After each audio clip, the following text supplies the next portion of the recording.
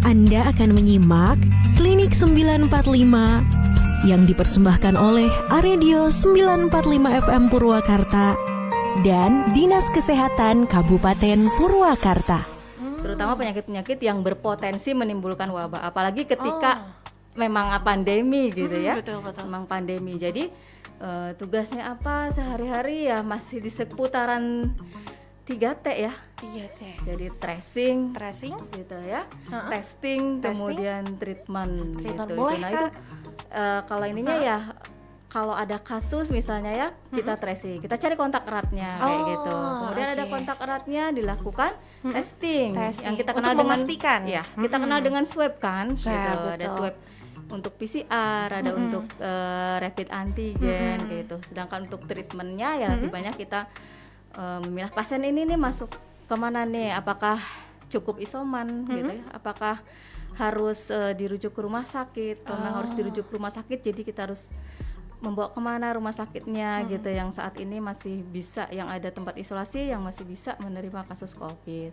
Nah ditambah lagi kan satu pencegahan yang sekarang ini sedang banyak di menjadi apa ya, pusat perhatian gitu ya, yaitu vaksinasi betul. COVID-19. Ya. Sebelum lanjut ke vaksinnya nih Bu, Mika pengen tahu juga nih, selama kita udah 1 tahun lebih, udah anniversary lah ya Bu, ini Iya. COVID-19, Iya. apa sih yang paling sulit gitu yang Ibu tangani selama menjalani COVID ini gitu? Iya. Baik, untuk COVID kita ketahui ya penyakitnya ini nih baru gitu ya. Betul. Disebutkan udah 1 tahun lebih. Saya ingat itu kasus pertama di Purwakarta 13 Maret gitu. Ingat ya Ibu ya? Sangat Ingat karena kenapa? Karena itu bertepatan hari ulang tahun saya. Masya Allah. Ya, serius. Jadi hadiah ulang tahun gitu, saya dengar kabar ada satu kasus gitu di Purwakarta yang itu positif gitu ternyata ya, positif COVID dulu. Ya, karena penyakitnya masih baru gitu ya, penelitian juga masih banyak berjalan gitu ya.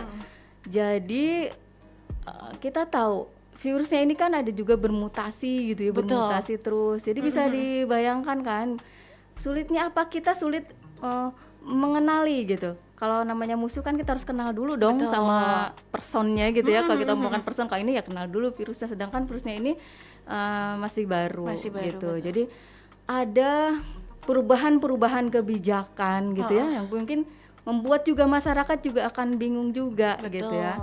Dan selain masyarakat ya pastinya kita nih di dataran Dinas Kesehatan juga jadi kan harus mengikuti juga perubahan kebijakan itu gitu. Itu yang juga agak kerepotan dibanding kita menangani penyakit-penyakit lain yang sudah lama gitu ya.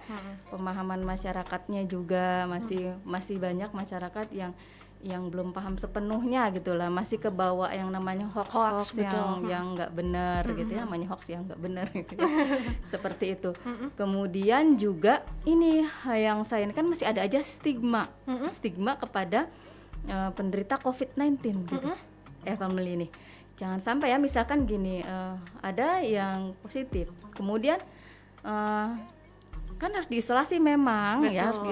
Memang, tapi ya tidak sampai terus dikucilkan, dalam arti apa ya, dijauhi. Kalau kita tahu cara penularan seperti apa gitu kan, ini kan bukan yang virusnya terbang gitu kan, masih droplet yang nggak harus sampai juga di rumahnya itu diberikan sekat-sekat ya, seperti itu ya, nggak harus juga, malah harus kita support kan selama isolasi gitu. Jadi masih ada stigma di masyarakat kepada penderita COVID-19 yang ini membuat kalau seseorang itu positif gitu ya, malah aduh saya positif nih, jadi malah nggak melaporkan gitu kan, karena takut di stigma itu, walaupun dia kontak erat juga. Nah ini malah akan semakin menyulitkan.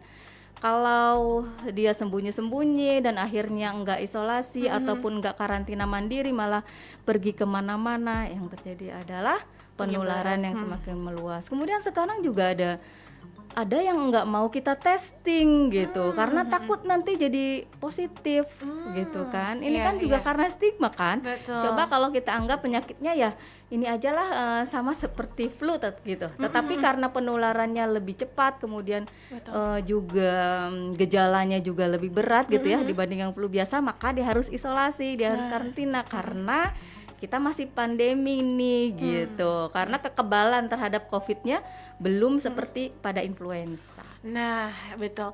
Memang pada mulanya kita membutuhkan cara-cara untuk beradaptasi ya dokter ya. Kemudian juga memang ini dari pemberitaan, kemudian juga dari media ini dilihat bahwa stigma terhadap masyarakat tuh memang luar biasa ya. Iya, Jadi masyarakat tuh pertama menganggap COVID ini sebagai aib.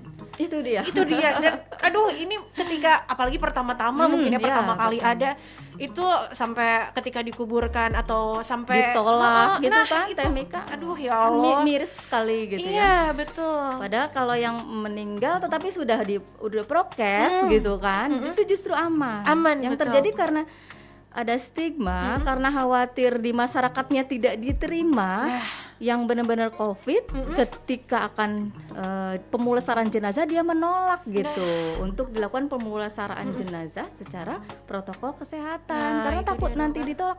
Justru itu yang akan berbahaya. Kalau pemulasaran jenazah sesuai prokes ya udah sesuai gitu, dimasukin peti kan itu untuk resiko penularannya sangat-sangat kecil gitu, dibanding malah dilepas begitu aja karena menolak prokes karena takut tidak diterima. Nah, itu dia dokter. Ya. Jadi masyarakat itu sebetulnya sangat ketakutan atas stigma-stigma di masyarakat gitu. Iya. Jadi menganggap itu aib, itu yang pada akhirnya jadi membuat ketakutan. Dan bahkan Betul. ketakutan itu sendiri sebetulnya kan bisa menurunkan imun tubuh ya dokter ya. Iya. Dokter sepakat nggak sih? Iya betul. Ketakutan berlebihan gitu ya, panik. kecemasan berlebihan, panik, galau, gitu ya. Itu memang bisa menurunkan imun Iya. tubuh kita juga gitu. Gitu. Jadi ketika ketakutan itu malah kita tuh semakin takut, terus ketika melihat berita-berita, kemudian juga melihat di sekitar juga ada, aduh ketakutannya bertambah, tapi tetap di mana-mana kayak ya bebas aja ketika PPKM di jalan-jalan kemana, itu kan ini ya dok ya, maksudnya ada risiko lah gitu. Iya. Memang tidak semua tapi risikonya yang besar ya dok ya. Iya. Ya, kalau misalkan juga berbicara soal ini tadi terkait pemulasaran di jenazah gitu ya, Mika pengen tahu dokter, menurut dokter ketika pasien COVID gitu kan meninggal, apakah itu masih ada risiko untuk menularkan gitu, menularkan COVID-19 baik. itu sendiri? Jadi yang harus kita pahami ya, bahwa virus COVID ini gitu, hostnya itu atau inangnya atau induknya atau dia hidup di sel yang hidup gitu kan. Dia itu hidupnya di sel yang masih hidup gitu. Betul. Nggak bisa dia hidup di benda mati, nggak bisa kalau virus ini ya. Gitu. Jadi dengan demikian misalkan kepada jenazah jika memang sel-selnya sudah mati gitu ya, berarti juga nanti juga virusnya ini juga akan mati, tidak Secara akan bertahan otomatis. hidup ya. Tetapi memang masih membutuhkan waktu gitu kan gitu. untuk dia dari virus yang aktif menjadi inaktif karena dia tinggal di sel yang sudah mati Sudah gitu mati, ya. Tapi betul. tetap butuh proses. Jadi, sehingga kita harus tetap waspada gitu dengan jenazah. Sehingga pemulasaran tadi secara prokes gitu. Insya Allah kalau sudah secara prokes gitu ya, itu kan berlapis-lapis, kita bungkus plastik Iya, juga betul. kantong jenazah, masukkan lagi ke dalam peti, ya itu kan sudah aman artinya Aman, gitu. betul. Dan tidak akan beresiko penularan. Kecuali kalau ya gitu begitu meninggal sudah dibawa lagi, ya apalagi dengan pemaksaan kan ya, saya miris Ya, kalau ada berita betul. kan sampai rumah sakitnya diserang gitu ingin membawa jenazah seperti itu sebetulnya itu merugikan keluarga sendiri, masyarakat sekitar sendiri. Kan lebih aman kalau kita patuhi prokesnya Dan gitu, mempercayakan Emily. ya. Iya gitu. Seperti itu. Dan jangan sampai ada di-COVID-kan, ingat, nggak pernah rumah sakit itu ingin meng-COVID-kan seseorang, ingat. Ya, nggak ada untungnya sama sekali. Kita justru kepengen semua inginnya sih bebas dari COVID semua ya, Betul. apa untungnya meng-COVID-kan gitu. Begitu bebas dari COVID juga nakes juga ketika menghadapi pasien tidak harus lagi pakai APD yang Iya. levelnya tinggi gitu ya, nggak harus pakai hazmat. Ya Mika bayangin nggak kalau kita pakai APD yang seperti itu, coba Iya. dicoba deh 2 jam aja Panas gitu. ya kayaknya dok ya. Coba iya panas dan yang paling menyiksa ya menurut saya ya, itu kita kan mau minum juga tuh saya resiko kan membuka masker yang seperti lagian udah double. Kemudian jadinya apa? Jadi kan nahan juga buang air kecil Teh Mika. Ya, Oh karena iya, betul. harus bongkar pasang APD-nya itu juga ketika melepas tidak sesuai juga risiko terhadap penularan. Iya. Itu loh family. Jadi nggak ada istilah mengcovidkan seorang, nggak ada sedikit pun Iya. keinginan kita untuk itu. Nakes ya. Iya. Itu jadi itu perlu dicatat family ya. Betul. Perlu dicatat. Ingat, nggak ingin saya dengar lagi nakes mengcovidkan. Apa untungnya? Nggak ada untungnya bagi kami gitu. Iya, Mengcovid. betul. Malah kita ingin sih semuanya ya negatif kalau dites itu gitu loh ya. Betul. Inginnya sih kita pandeminya tertanggulangi gitu dengan indikator ya ketika orang-orang dites tuh negatif gitu. Sehat artinya Sehat gitu ya. Iya, soalnya gini, ini banyak yang bilang mengcovidkan tapi mereka tidak menerapkan protokol kesehatan, Iya, dokter. iya, Jadi betul. kayak menolak sekaligus kayak tidak ini ya, sok-sokan sehat gitu ya. Kita nggak pernah tahu padahal ya Ya. kondisi tubuh kita gitu. Jadi harus berhati-hati, jangan. Ya kalaupun saya kuat gitu, oke kuat gitu ya. Tapi seseorang yang misalkan udah positif tapi nggak ada gejala gitu ya, bukan berarti nggak bisa nularin loh orang itu. Dan bukan berarti orang sekitarnya reaksi terhadap COVID-nya akan sama dengan orang yang nggak bergejala ini Betul. gitu kan. Ketika ada seorang COVID, kemudian di rumahnya ada lansia misalnya, yang lansia ini yang tertular kan bisa berat gitu. Ketika imunitasnya, gejalanya. ini ya. Iya, dan lansia kan kebanyakan ada punya komorbid gitu ya, Betul. penyakit yang lain seperti itu. Jadi selain sayangi diri, sayangi juga keluarga, Betul. ya, Jadi jangan dan mikirin orang diri sendiri sekitarnya. aja. Betul. Betul. Dan pokoknya poin pentingnya adalah tadi perihal kalau misalkan sudah meninggal, itu artinya family jangan ada ketakutan yang gimana-gimana. Yang penting sesuai dengan protokol kesehatan. Prokes, ya. Ya, prokesnya diterapkan. Nah, itu dia. Jadi jangan sampai ada istilah, aduh si itu mau COVID meninggalnya, jangan sampai kita datengin kayak gimana-gimana. Aduh, itu sampai ke keluarga yang ditinggalkan itu sampai sakit hatinya, dokter. Iya. Ini satu tuh, jangan sampai ditolak ketika akan dimakamkan itu. Itu udah mau nular di tanah Mau gitu gitu, kan ya. kalau udah dikuburkan mah udah nggak Udah. akan menular lewat tanah. Nah gitu, karena tadi COVID-nya itu tidak akan hidup di benda mati istilahnya gitu betul, ya. ya. Jadi ini family harus diingat, penting sekali. Apalagi sekarang udah ada yang namanya vaksin ya kan dokter ya. Iya. Jadi mungkin ini bisa mengurangi risiko dari COVID itu sendiri gitu. Nah perihal vaksin ini Mika bakal kupas nanti, mau bertanya-tanya lagi ke dokter setelah kita mendengarkan lagu-lagu yang sudah di request sama family. Tapi kalau misalkan family mau juga bertanya-tanya nih ke dokter Eva ya, ke dokter Eva mau bertanya-tanya seputar vaksinasi atau COVID-19 itu sendiri, boleh ya dok ya? Boleh, yuk kita ngobrol bareng. Tuh kurang baik apa dokter, ngajak ngobrol Ya, loh. ngobrol. Boleh gabung via SMS atau WhatsApp-nya di 081298 atau juga di line Facebook, karena kita juga lagi streaming di line Facebook Family di halaman Radio Purwakarta. Anda akan menyimak Klinik 945 yang dipersembahkan oleh Aredio 945 FM Purwakarta dan Dinas Kesehatan Kabupaten Purwakarta. Masih di Klinik 945 spesial untuk Anda family. Hari ini kita membahas seputar pelaksanaan vaksinasi COVID-19. Dan tadi sebagai pengantar, Mika sama Dr. Eva sudah membahas perihal COVID-19 itu sendiri family ya. Tapi tetap kita memberitakan bukan untuk menakut-nakuti, apalagi bikin family khawatir dan panik ya dok ya. Kita hanya ingin mengantarkan supaya family justru lebih tenang lagi, biar kita bersama-sama untuk melawan si COVID-nya ini gitu ya. Tenang tapi tetap waspada. Nah itu, santai tapi serius, serius tapi santai gitu ya dok ya. Dan berbicara soal COVID juga, family, penanggulangannya adalah salah satunya adalah dengan kita melakukan protokol kesehatan, tetap menerapkan protokol kesehatan. Kemudian juga kita dengan adanya vaksinasi ya dok ya.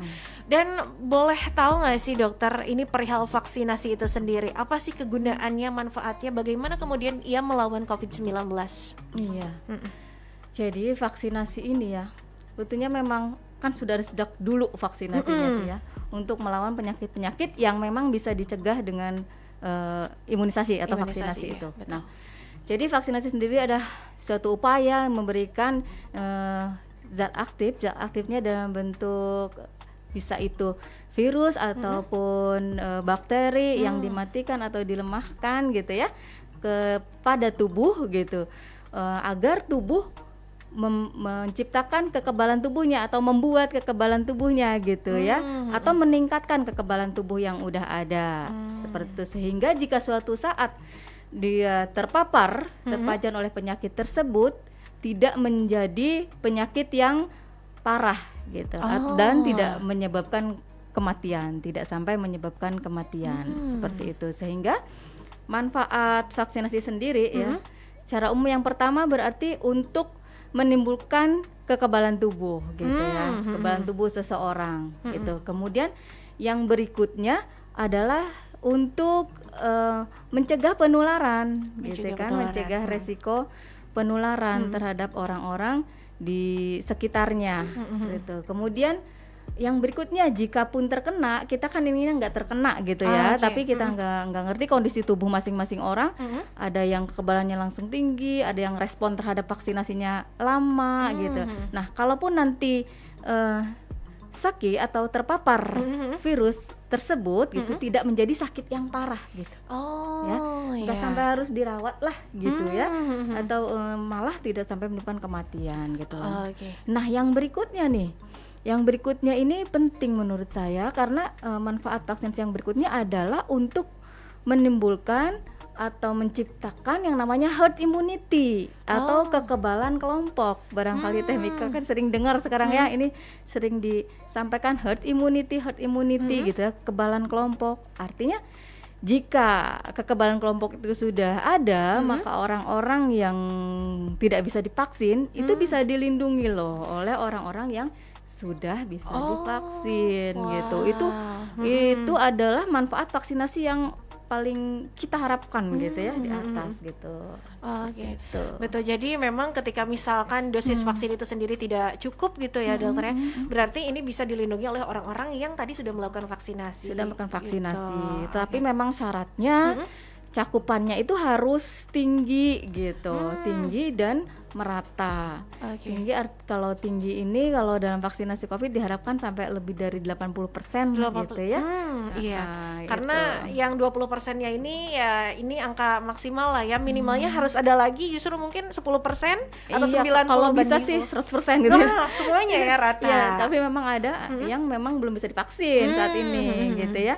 Contoh yang masih punya penyakit nggak lolos screening misalnya, penyakit yang membuat dia tidak lolos screening atau adik-adik kita yang masih umurnya di bawah 12 tahun belum bisa divaksin. Nah, ini dilindungi lah oleh kita gitu. Betul. Itu manfaat mulainya vaksinasi loh, bukan buat diri sendiri artinya biar saya kuat gitu. Enggak seperti itu, tapi kalau kita semua yang bisa divaksin ini divaksin, maka kita akan melindungi ya, akan melindungi keluarga kita, teman-teman kita gitu yang memang nggak bisa divaksin gitu. Seperti itu. Kalau misalkan melihat faktornya dokter, apa saja yang menyebabkan seseorang ini tidak bisa divaksin? Kalau tadi kan perihal penyakit ya, selain penyakit mungkin atau penyakitnya sendiri itu apa aja sih dokter? Ya, jadi saat ini yang masih belum bisa divaksin terkait usia ya, yang di bawah 12 tahun kan nggak bisa divaksin. Di gitu. bawah 12 aja berarti ya? Nggak bisa divaksin gitu sekarang. Ya, ini khusus yang COVID ya kita bicarain. Nah, kemudian yang tidak bisa menyebabkan yang lain adalah ada penyakit-penyakit tertentu yang itu masih akut gitu, penyakitnya masih akut, misalkan demam, masih yang demam tinggi itu kan nggak bisa gitu ya. Diare yang parah seperti itu kan juga nggak bisa divaksin hari itu ditunda tapi ditunda. Iya, artinya kalau ketika penyakit itu udah sembuh ya udah nanti bisa divaksin lagi gitu ya. Kemudian penyakit autoimun. Autoimun seperti apa tuh kalau penyakit autoimun? Kalau autoimun kita mikirnya pasti yang lebih parah dulu ya, kayak lupus gitu ya. Seperti itu. Tapi sebetulnya kayak asma juga kan imunnya cuma asma itu kalau yang dia masih terkontrol bisa divaksin gitu. Hanya apabila dia sudah sesak setiap hari seperti membutuhkan alat pelega pernapasan sehari sampai 2 kali, itu ada kriteria-kriterianya, maka dia belum dulu bisa divaksin. Karena karena inti atau prinsip dari vaksinasi sebetulnya adalah ini kan pencegahan ya, Betul. diberikan kepada orang yang sehat, gitu. Makanya ada iya. mekanisme screening gitu, sebelum divaksin pasti di screening dulu, Oh iya, periksa iya. lagi tensinya, suhunya, nanti ada pertanyaan-pertanyaan yang harus dijawab gitu. Setelah itu bisa lolos barulah divaksin. Betul, karena memang ini juga jangan sampai kita salah sasaran ya dokter Iya. pastinya ya gitu. Ya, Betul. Dan tadi Family, kalau misalkan Family juga mungkin sudah ada yang divaksin, ada juga yang belum nih sekarang nih dokter ya. Kalau misalkan untuk Purwakarta sendiri, wilayah Purwakarta, ini untuk cakupan orang-orang yang sudah divaksin itu mana aja sih dokter? iya. Jadi sekarang hampir semua sudah ada gitu ya, Sudah yang ada. divaksin. Baik itu remajanya sudah ada gitu ya. Kemudian yang pelayan publik, Pelayan publik, gitu. betul. Nakes apalagi itu sudah Nakes, duluan ya. Kemudian juga masyarakat rentan juga sudah. Kemudian masyarakat umum sudah mulai ada gitu. Nah, termasuk lansia. Termasuk lansia. Itu juga sudah ada. Sudah ada, sudah banyak yang mendapatkan vaksin. Iya, ya sudah. Kalau secara sasaran nih, kalau dihitung banyak atau tidaknya kan kita bicara cakupan berarti Cakupan, ya. iya. Nah, cakupan persentasenya sebetulnya tuh masih belum banyak nih untuk Kabupaten Purwakarta. Secara umum itu baru 7%. Secara umum baru 7%. Baru 7,43%, 7,43% gitu. Dan yang cakupannya masih rendah, yang sedang kita usahakan kerja nih pada lansia nih Teh. Pada lansia. Iya. Nah, kenapa lansia yang paling ini banget dokter, yang paling kayak seolah-olah yang penting, bukan yang lainnya tidak penting tapi yang terpenting rasanya gitu. Ya. Ya di Kabupaten Purwakarta ini nih cakupan vaksinasi lansia menjadi penting untuk ditingkatkan karena pertama saat ini karena cakupannya memang masih rendah gitu, masih 4,53%. Untuk lansianya Iya, aja. untuk lansia aja itu oke. kan rendah ya. Iya. Gitu. Sedangkan tadi kita harus 80%, coba bayangkan kan masih banyak. Padahal lansia adalah person yang harus kita lindungi gitu ya. Betul. Dari COVID-19. Kenapa? Karena ketika lansia terkena COVID-19 biasanya karena kondisi tubuhnya yang sudah lemah gitu ya, tidak, imunitasnya tidak sekuat orang muda, maka menjadi COVID yang berat gitu, COVID yang berat, yang perlu penanganan di rumah sakit biasanya. Betul. Selain itu juga pada lansia sudah banyak yang ada komorbid, penyakit lain ya, iya. yang bisa jadi membuat COVID-nya juga jadi COVID yang parah gitu. Nah, kalau dilihat sih dari angka kematian yang akibat COVID di Kabupaten Purwakarta itu banyak di usia-usia ya 50 sampai 69 tahun, itu paling tinggi. Wow. Paling tinggi. Itu karena lansia ya dokter ya. Iya. Gitu. Dan Di 50 itu pralansia ya, 60 sampai 60 tahun ke atas itu lansia gitu. Di situ. Maka kita juga sedang ngejar nih ya, menurut Bupati Purwakarta juga ini harus diutamakan nih. betul. Lansia, pralansia gitu. Jadi ya kita mohon inilah dari masyarakat juga gitu ya, yang mempunyai lansia, pralansia di rumah, yuk diajak untuk vaksinasi COVID-19 ini. Gitu. Tapi kalau misalkan untuk lansia itu sendiri dokter, tadi kan untuk yang sudah memiliki riwayat penyakit mungkin ya bawaan itu kan tidak bisa ya tadi ditunda setidaknya gitu ya.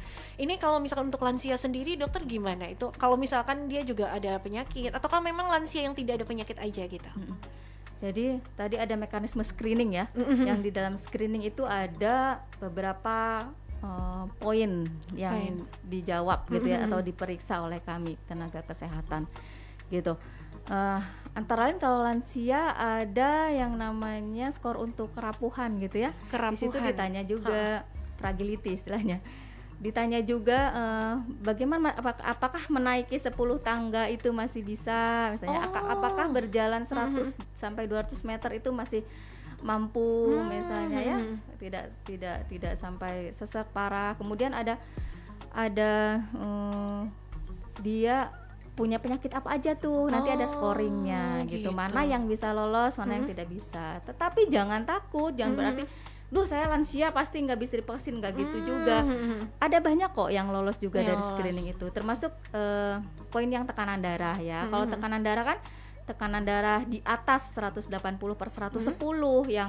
yang belum bisa divaksin gitu. Karena terlalu ini ya dok ya. Ya masih riskan gitu ya untuk Riskan, divaksin. betul. Jadi kalau yang masih tekanan darahnya tinggi berarti kan tidak terkontrol gitu ya, ya harus dikontrol dulu, berobat dulu. Bukan berarti selamanya nggak bisa, enggak. Nggak bisa. Kalau sudah berobat rutin, kemudian Betul. sudah terkontrol kan bisa lagi gitu Iya. untuk divaksin seperti itu. Dan ada beberapa penyakit yang memang kita anjurkan ke dokter yang merawatnya dulu deh gitu. Misalkan kalau penyakit jantung gitu ya, yang kita nggak bisa ambil kesimpulan bisa nggak nih divaksin, pasti kita minta konsultasi dulu. Nanti kalau misalkan boleh ada rekomendasinya bahwa yang bersangkutan layak untuk divaksin. Karena yang paling mengetahui kondisi pasien tersebut pasti kan dokter yang selama ini merawat. Betul, iya. Karena untuk mengurangi risiko ya, riskan itu sendiri ya dokter ya, karena sudah lansia. Tapi tadi jangan takut, karena masih banyak lansia yang memang juga bisa divaksin ya dokter ya. Apalagi lansia zaman sekarang juga banyak banget yang tetap menjaga kebugaran tubuh dokter ya. Betul kan. Betul. Banyak kelompok-kelompoknya senam pada lansia masih bugar gitu. Masih lansia bugar. juga. Itu jadi itu tetap bisa melaksanakan vaksin. Itu kabar baik tentunya ya dokter ya.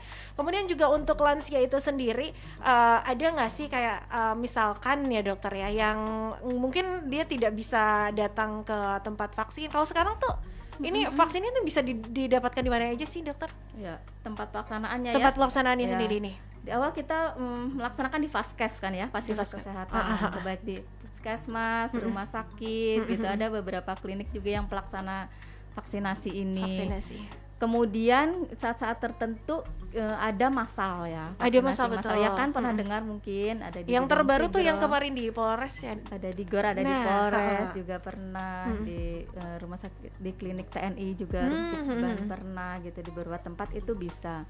Nah, kemudian karena tadi nih, lansia nggak mau divaksin, bukan nggak mau ya, tapi belum bisa semuanya divaksin. Mungkin karena salah satunya jarak gitu kan, iya, jauh gitu. jauh. Kalau untuk ke kota gitu atau ke puskesmas aja jauh misalnya ya. Maka di Kabupaten Purwakarta ada yang namanya vaksinasi mobile ke desa-desa. Wow. Itu upaya kami loh sebagai rasa cinta kami ya pada masyarakat. Jadi kita mendekati sasaran di desa-desa. Jadi saat ini sudah bisa tuh pelaksanaannya di desa-desa dengan pelaksana tetap saja dari nakes ya, nakes dari puskesmas gitu, seperti itu. Nah, untuk Dinas Kesehatan Kabupaten Purwakarta sendiri kami ini ada namanya sentra vaksinasi. Sentra vaksinasi. Iya, Apa yang itu, Bu? diadakan sejak mulai Senin Minggu ini nih ya. Senin Kemarin ya, Oh, udah oke. sekarang. Dan rencana akan diadakan setiap hari gitu, tetapi sasarannya yaitu tadi kita tetap utamakan dulu deh yang lansia dan pralansia. Nah, itu Gitu. dia. Tapi Jadi memang kita mohon sih mendaftar dulu gitu ya, biar bisa kita atur jadwalnya. Karena walau bagaimanapun kita harus tetap menghindari kerumunan kan. Betul. Gitu. Kita melaksanakan vaksinasi tapi tetap harus jaga prokesnya. itu dia. Kalau hari ini juga ada. Tadi ya Hari saya barusan selesai nyuntik. Luar biasa. Ini tadi dokter dari Iya. mana? Di Dinas Wilayah. Kesehatan. Dinas Kesehatan. Kalau untuk mobilenya itu sendiri ada rencana mungkin ke beberapa wilayah tertentu atau besok di mana dokter? Iya. Mobile-nya itu ada di desa-desa ya, di desa-desa dengan jadwal tertentu gitu, dengan jadwal tertentu ini bisa dikoordinasikan sama puskesmasnya. Ya, sama puskesmasnya, hampir semua puskesmas sedang ada mobile ini saat Sedang ini. ada mobile. Sedang ada mobile saat. Wow. Tapi memang tidak semua saya bisa datengin ya, kayak tadi kan saya ya udah saya di Dinas Kesehatan, jadi kita berbagi lah, kita berbagi ya. Tapi jangan juga apa ya menjadi ragu karena teman-teman puskesmas itu udah pada dilatih juga untuk vaksinasi COVID ini ya, dan mereka juga sudah kompeten untuk vaksinasi loh. Karena vaksinasi kan bukan hal yang baru sebenarnya, Bukan, iya, programnya tentu sudah saja. lama gitu, hanya vaksinnya aja yang baru. Vaksinnya aja yang baru gitu. Mm-mm. Nah, ngomong-ngomong soal vaksin baru juga dokter ya, kan beragam nih vaksin-vaksin sekarang. Mika aja nggak hafal nama-namanya, asal ada susah dokter. Iya, betul. Mika mau banyak. tanya seputar apa sih perbedaan dari vaksin-vaksin tersebut Iya, gitu ya. iya. Tapi tahan dulu dokter, Oke. kita rehat dulu sejenak sebentar ya. Sambil juga nungguin All Family yang mungkin mau bertanya, sudah ada beberapa pertanyaan yang masuk, nanti akan dijawab oleh dokter. Jadi yang mau bertanya boleh gabung via SMS atau WhatsApp-nya di 081298 4 atau juga di line Facebook boleh nih. Tinggal berkomentar aja di halaman Radio Purwakarta. Anda akan menyimak Klinik 945 yang dipersembahkan oleh Radio 945 FM Purwakarta dan Dinas Kesehatan Kabupaten Purwakarta. Tanpa terasa All Family, ternyata kita sudah masuk di segmen terakhir dan kini saatnya Mika juga mau buka yang sudah bertanya. Tapi sebelumnya, tadi Mika sudah bertanya ke Ibu Dokter nih perihal vaksin-vaksin dokter yang memang hari ini kan beragam ya. Kalau Mika sih mungkin masih bisa bedain merek-merek apa namanya mie instan. Tapi kalau vaksin belum bisa. Iya. Jadi untuk perbedaan dari vaksin-vaksin itu sendiri apa sih, Dok? Baik. Jadi untuk vaksin-vaksin ini kalau manfaat atau cara kerja yang utamanya itu kan sama ya, yaitu untuk merangsang tubuh membuat antibodi gitu kan. Semuanya juga sama, untuk merangsang tubuh membuat antibodi gitu. Dan kemudian juga untuk men-trigger sel memori gitu ya. Sel memori itu untuk mengingat. Sehingga suatu saat ada virus beneran yang masuk ke tubuh gitu ya. Itu tubuh mengingat, oh saya pernah ingat nih musuh saya seperti ini gitu ya. Jadi sudah terbiasa. Maka keluarin nih antibodinya untuk melawan virus itu. Makanya itu tadi manfaatnya kan, supaya tidak terkena penyakit, atau kalaupun sakitnya itu yang ringan aja gitu. Karena tubuh udah siap senjatanya gitu, dibanding yang belum kenal sama sekali. Nah itu fungsi vaksin yang utama gitu ya, semua bersama. Nah perbedaan dari masing-masing jenis vaksin itu adalah dari platformnya ya, jadi dari apa ya pembuatannya gitu. Dari misalkan ada yang dari virus utuh diinaktifkan, atau ada yang menyebut dimatikan. Contohnya yang Sinovac ini nih, Sinovac, yang banyak dipakai sekarang kan Sinovac. ya. Dan Sinovac juga sama gitu teknologinya pembuatannya. Kemudian ada yang dilemahkan gitu ya, atau di proteinnya aja, misalkan yang Anhui ini enggak dipakai sih di Indonesia, itu enggak ada ya. Kemudian ada lagi yang memakai perantaraan virus lain, pakai adenovirus gitu ya. Jadi diambil sedikit unsur dari coronavirus gitu ya. Terus untuk membiakannya dipakai adenovirus gitu. Virus yang dianggap tidak berbahaya untuk tubuh, yaitu kayak virus pilek kayak gitu kan, tubuh udah biasa gitu ya. Itu kemudian dikembangkan vaksinnya dari situ. Ini adalah teknologi untuk AstraZeneca misalnya, salah satunya ya yang dipakai di Indonesia kan itu AstraZeneca. Nah kemudian ada juga yang hanya memakai mRNA dari virus itu gitu. Tadi kan virusnya utuh nih, dipakai tapi dimatiin gitu. Tapi ini mRNA-nya aja nih yang diambil proteinnya. Protein dari virus tersebut. Salah satunya ya mRNA-nya. Kemudian itu dikembangkan jadi vaksin.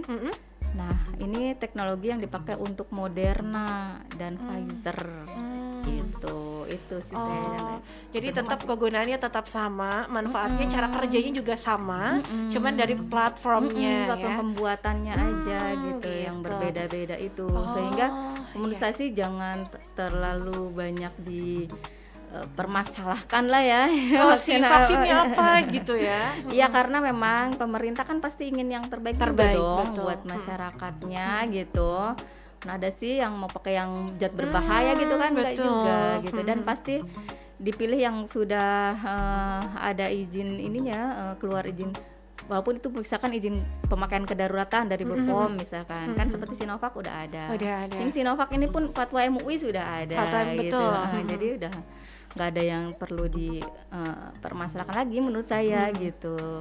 Karena sudah ada izinnya, tinggal percayakan saja gitu ya kan ya dok ya. Betul. Oke dokter, kita beralih kepada beberapa pertanyaan Ini pertanyaan pertama ada Kang Dadan, dari Kang Dadan di Kampung Tegajunti. Panjang ya Bunda ya Kang Dadan ya. Aduh, Mika harus baca gimana nih? Pertanyaannya, mari kita mulai gini. Mau bertanya katanya, virus COVID-19 itu termasuk yang dapat di media termasuk yang dapat di media hidup. Dia tidak bisa menempel apalagi memproduksi markas virusnya di benda-benda mati. Tapi kalau misalnya ada orang yang sudah terinfeksi mengeluarkan droplet atau cairan flu atau ludah lalu kena di baju, kain atau meja, maka dia tetap hidup selama droplet itu belum mengering. Kalau baju dicuci atau setidak-tidaknya mengering sendiri karena pengaruh lingkungan, misalnya karena panas atau hembusan angin, maka virusnya akan mati. Begitupun pula di meja, kursi, lantai, karpet dan sejenisnya. Apakah kalau sudah mengering virusnya akan mati? Gitu. Itu pertanyaannya. Saya pikir Pak Dadan membantu menjelaskan nih, terima kasih. Cerdas ya Pak Dadan ya, Masya Allah. Yang terlewatkan, memang betul. Jadi memang intinya tetap inangnya itu sel hidup. Sel gitu hidup. Ya. Nah, tadi kita memang nggak berbicara bagaimana cara menularkannya, gitu kan ya. Iya ya, terima kasih loh Kang Dadan. Cara penularannya dengan droplet. Gitu. Droplet itu tetesan ludah gitu. Jadi penularannya bisa secara langsung. Tetesan ludah itu misalkan kita berbicara ya berdekatan, mencerat, nggak pakai masker gitu ya. Nah, itu bisa gitu. Dan tempat masuknya adalah mata, hidung dan mulut gitu. Selaput-selaput mukosa pada mata, hidung itu tempat masuk kumannya.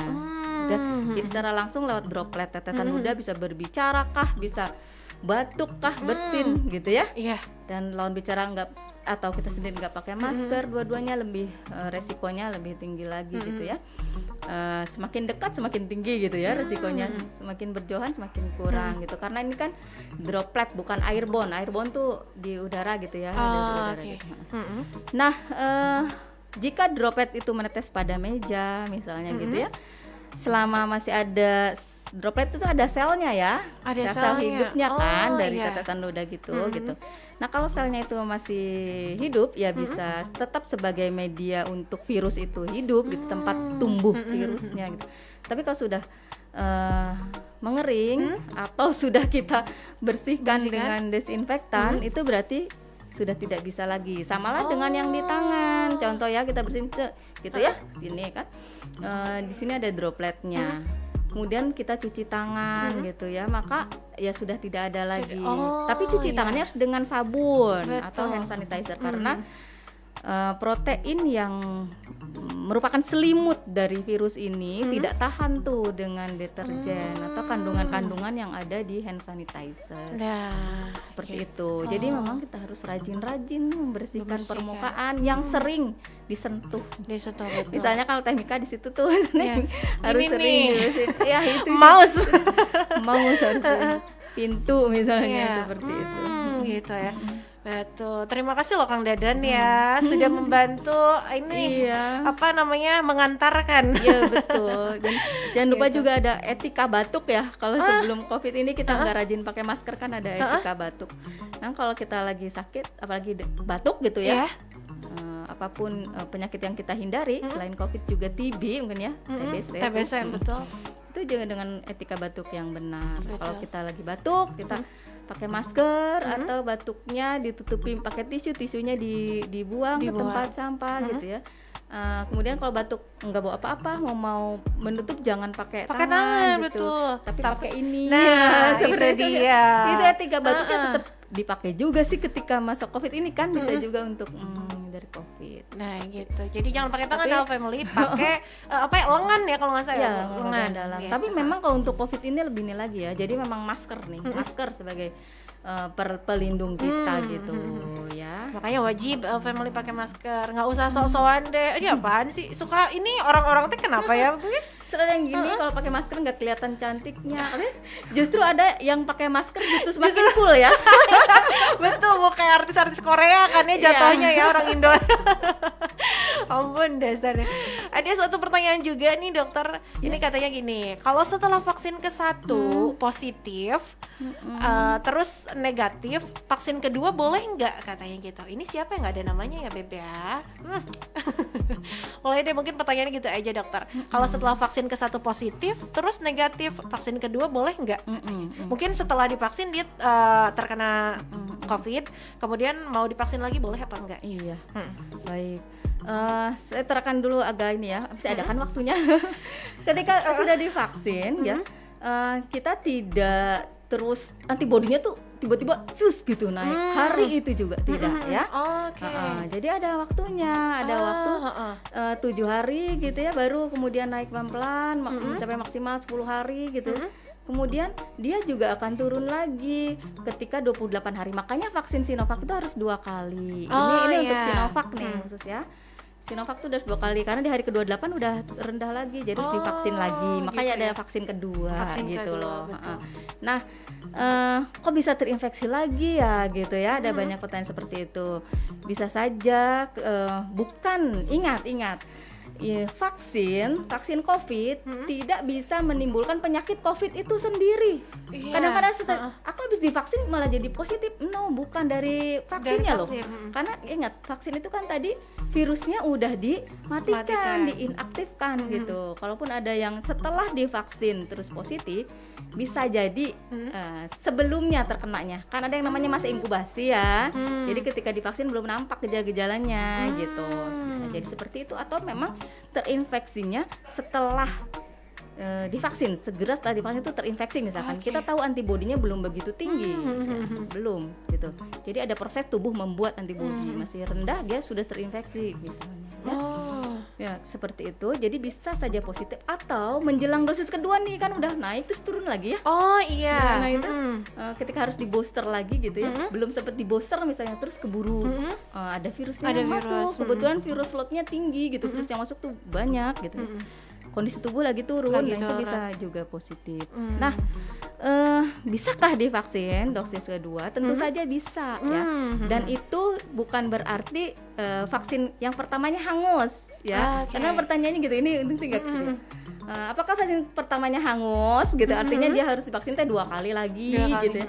Enggak ya, enggak ada istilah hangus-hangus. enggak hangus. Jadi tetap saja nanti bisa divaksin tuh dosis yang kedua gitu ya.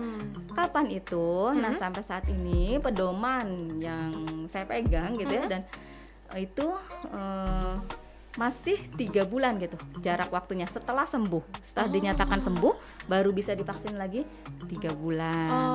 Gitu. Memang mulai ada kabar ini bisa segera. Tapi kalau kami ya dari pemerintah, kami menunggu surat edarannya. Betul. Ya kan dari Kemenkes. Gak bisa mengambil tindakan ini ya. Gegabah kalau kayak gitu ya dok. Walaupun memang sebenarnya nih yang sudah kena COVID divaksin tidak menunggu dia 3 bulan pun bukan berarti berbahaya sih. Bukan berarti berbahaya, tetapi ketika kita terinfeksi gitu oleh virus, tubuh juga kan bikin antibodi ya, yang mungkin bisa jadi lebih titer antibodinya lebih tinggi dibanding kalau divaksin ya kan. Ini kan terinfeksi virus yang benar-benar hidup nih gitu. Kalau respon tubuhnya bagus, pasti titer antibodinya akan lebih tinggi gitu dibanding yang divaksin gitu ya. Nah, ketika titer antibodinya udah tinggi terus segera kita vaksin itu efektivitasnya agak kurang gitu ya. Kan dia udah tinggi titer antibodinya gitu. Maka ketika titer antibodi sudah turun di 3 bulan itu sudah turun lagi titer antibodinya. Nah, itulah saatnya divaksin. Wah gitu. Jadi tetap bisa intinya seperti itu lah ya. Bisa. Siapa ini namanya tadi? No name. Nggak ada namanya, dokter suka gitu deh ya. Bisa, nanti hubungin saja. Jadi saat ini masih ke kelurahan, tempat tinggal bapak atau ibu atau kakak adik sekalian, itu untuk nanti dijadwalkan lagi vaksinasi kedua oleh puskesmasnya gitu. Oke, begitu. Mungkin ini ada beberapa pertanyaan lagi meskipun kita sudah habis waktunya. Iya. Tapi nggak apa-apa, kita jawab pertanyaan mungkin dengan singkat aja dokter ya. Ini ada pertanyaan dari Lia Yulianti nih. Kalau orang sehat-sehat apa perlu divaksin nggak ya dok? Katanya. Iya, karena memang prinsip vaksinasi diberikan pada orang sehat. Ini untuk pencegahan sayang ya, bukan untuk mengobati. Nah, kalau udah sakit jatuhnya bukan divaksin, Ya, tapi diobati gitu. ya. Jadi tentu saja ini harus justru ya dokter ya untuk mencegah gitu. Ya, betul. Kemudian ada juga pertanyaan dari Lili Suhaini. Masyarakat umum yang ingin mendapatkan vaksin gimana caranya dan di mana tempatnya, adakah persyaratannya? Terima kasih. Sama-sama Ya. gitu katanya. Jadi masyarakat yang ingin divaksin, tadi ada vaksinasi mobile ya. Jadi Vaksinasi hubungi mobile, saja ke betul. kelurahan tempat domisilinya tinggal. Kemudian persyaratannya dengan membawa fotokopi KTP. Fotokopi Yang KTP belum- aja. Ya, yang KTP-nya hilang atau apa ya, pakai surat keterangan domisili atau pakai kakak mungkin ya. Pakai kakak, Pokoknya keterangan yang ada NIK-nya. Oh, ada NIK-nya. Karena kita harus masukkan ke pelaporan ke dalam aplikasi itu NIK, nomor induk NIK. kependudukan. Gitu. Jadi intinya kalau misalkan Al Family ini mau mendapatkan vaksin, boleh tinggal hubungi ke kelurahan ya, kelurahan bisa atau desa daftar gitu ya. kelurahan atau desa, nantinya kelurahan akan koordinasi dengan puskesmas, bukan kelurahannya yang nanti memvaksin juga. Bukan, tentu itu bukan Iya. ranahnya ya dok ya. Iya, Kemudian karena- nanti mungkin akan ada panggilan untuk melakukan Iya, vaksin gitu. karena kalau masyarakat ini berbondong-bondong ke rumah sakit juga nggak bagusnya tuh, sana kan tempat orang sakit ya, Betul, masa dokter. memaparkan Nah, gitu, jadi itu ke dia. kelurahan. Jadinya ke kelurahan ya. Oleh untuk warga Purwakarta intinya gitu, datang ke kelurahan untuk mungkin mau bertanya dulu boleh, atau mungkin juga langsung daftar barangkali biar nanti cepet ya dapat Iya. panggilan gitu. Heeh. Atau untuk lansia pralansia nih, saat ini kan bisa ke sentra vaksinasi dinas kesehatan. Nah, karena diutamakan, jadi yang terpenting juga ya kan vaksinasi untuk lansia ini boleh ya. Iya. Jadi nanti mungkin bisa jadi ini lebih didahulukan ya dokter ya. Ya, untuk lansia, pralansia lebih diutamakan. Didahulukan gitu. gitu. Didahulukan. Mungkin ada yang mau disampaikan oleh dokter terkait vaksinasi ini dokter? Baik. Untuk family semua ya, kita ingin menanggulangi pandemi gitu ya. Mari kita tanggulangi bersama-sama seperti itu. Ya, kami dengan 3T gitu ya, masyarakat dengan 5M ya. Tetap sering mencuci tangan, memakai masker, menjaga jarak, menghindari kerumunan, mengurangi mobilitas ya, mengurangi nongki-nongki. Seperti itu. Ya, walaupun nanti setelah divaksin dosis yang pertama bukan berarti kebal gitu. Ya, jadi mari kita bersama menanggulangi pandemi dengan 3T, 5M dan vaksinasi. Nah, itu dia. Sebenarnya ya, dokter ini masih banyak banget mungkin pengen tanya-tanya, tapi Iya. sepertinya kita harus hentikan dulu soal di Iya. sini. Mudah-mudahan nanti kita ketemu di lain kesempatan ya, dokter ya. Insya Allah, Yang amin. mudah-mudahan nanti juga Al Family yang mau bertanya-tanya lagi, mau mengulik lebih jauh seputar vaksinasi itu sendiri, mungkin ini nanti mudah-mudahan bisa ada ketemu lagi dokter ya. Datang Iya, lagi ke insya Allah, radio. insya Allah. Dan yang terpenting mudah-mudahan dokternya sehat-sehat ya. Amin, Apalagi amin, ini terima kasih. menjadi garda terdepan lah ya di Amin, apalagi terima untuk tenaga kesehatan ini luar biasa. Mereka sih sangat apresiasi ya.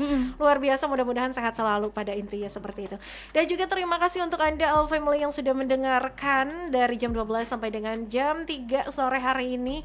Mohon maaf loh ya, hari ini kita lebih waktunya karena memang juga mereka pengen menyampaikan suatu hal yang penting-pentingnya tadi terkait vaksinasi COVID-19.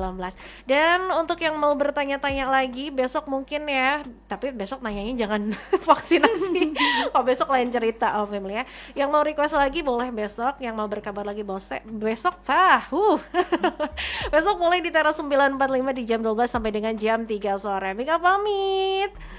Ibu dokter mau pamit? Ya, saya juga pamit, Dokter Eva dari Dinas Kesehatan. Nah. Family semua. Ya, pokoknya terima kasih untuk Anda All Family. Mika pamit, Dokter Eva juga sudah pamit. Selamat beraktivitas, jangan lupa bahagia. Wassalamualaikum warahmatullahi wabarakatuh.